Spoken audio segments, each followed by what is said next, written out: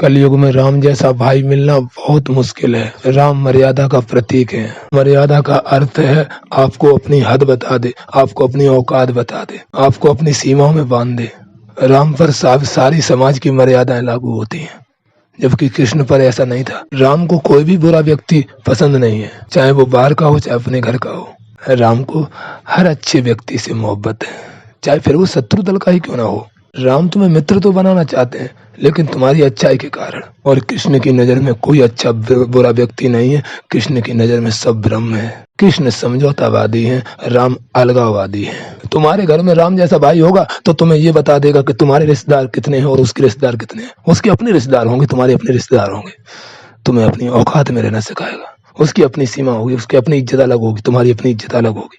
अपनी इज्जत के साथ तुम्हें नहीं जोड़ेगा, राम जैसा भाई होगा। और यदि तुम्हारे अंदर बुराई है तो सगे भाई को भी राम छोड़ेगा नहीं, उसे त्याग देगा। राम की खुद की नजरों में भी तुम सही होना चाहिए और समाज की नजरों में भी राम के लिए तुम सही होगे तो राम तुम्हें स्वीकार करेंगे। कृष्ण को समाज से कोई लेना देना नहीं है। समाज उनके लिए दो कौड़ी का है, वो कृष्ण तत्व है। क्या मायने रखता है समाज? समाज क्या कहेगा? क्या मूल्य है समाज की बातों का? तुम ईश्वर के अंश हो। कृष्ण कहते हैं ममो वांसु जीव लोक, जीव भूतान सनातन। जीव तू मेरा अमृत पुत्र है, आत्मा है, तू मेरा ही तो अंश है।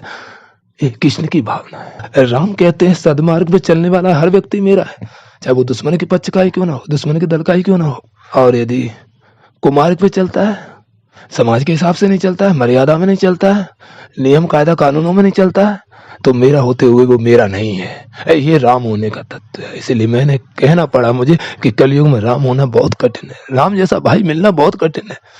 राम जैसा भाई सबको न मिल सकेगा। राम खरा सोना है। राम को जरा सा भी मिलावट पसंद नहीं है। लेकिन एक बात स्पष्ट कर दूं, परिवार में एकता चाहिए तो राम जैसा नहीं, कृष्ण जैसा बनना पड़ेगा। जिसे अपना माना जाता है, जिसे अपना समझा जाता है, उसके अंदर बुराई नहीं देखी जाती।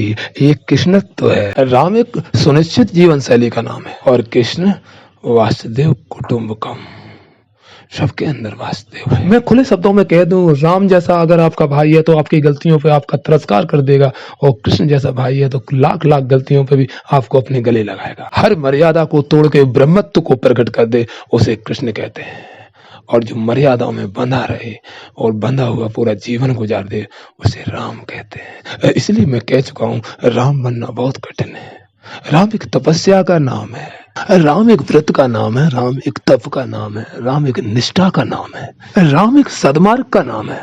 और मैं एक निवेदन करूं, राम जैसे बनने का मतलब है सारे कष्टों को स्वीकार कर लेना। राम जैसे बनने का अर्थ है अकेले खड़े रह जाना। राम जैसे बनने का अर्थ है संघर्ष करते हुए जीवन को नष्ट कर देना। खुद की स्वार्थ की पूर्ति होने तक तुम्हें अपना समय, ये तो राम के अंदर भी कला है। साम दाम दंड भेद की नीति तो वो भी अपनाते हैं, लेकिन कृष्ण ने जिसका साथ दिया हो, उसे बुरे से बुरे व्यक्ति को अपने जैसा बना देना, उसे दोबारा खड़ा कर देना और विजय करा देना, ये कृष्णत्व की बात है।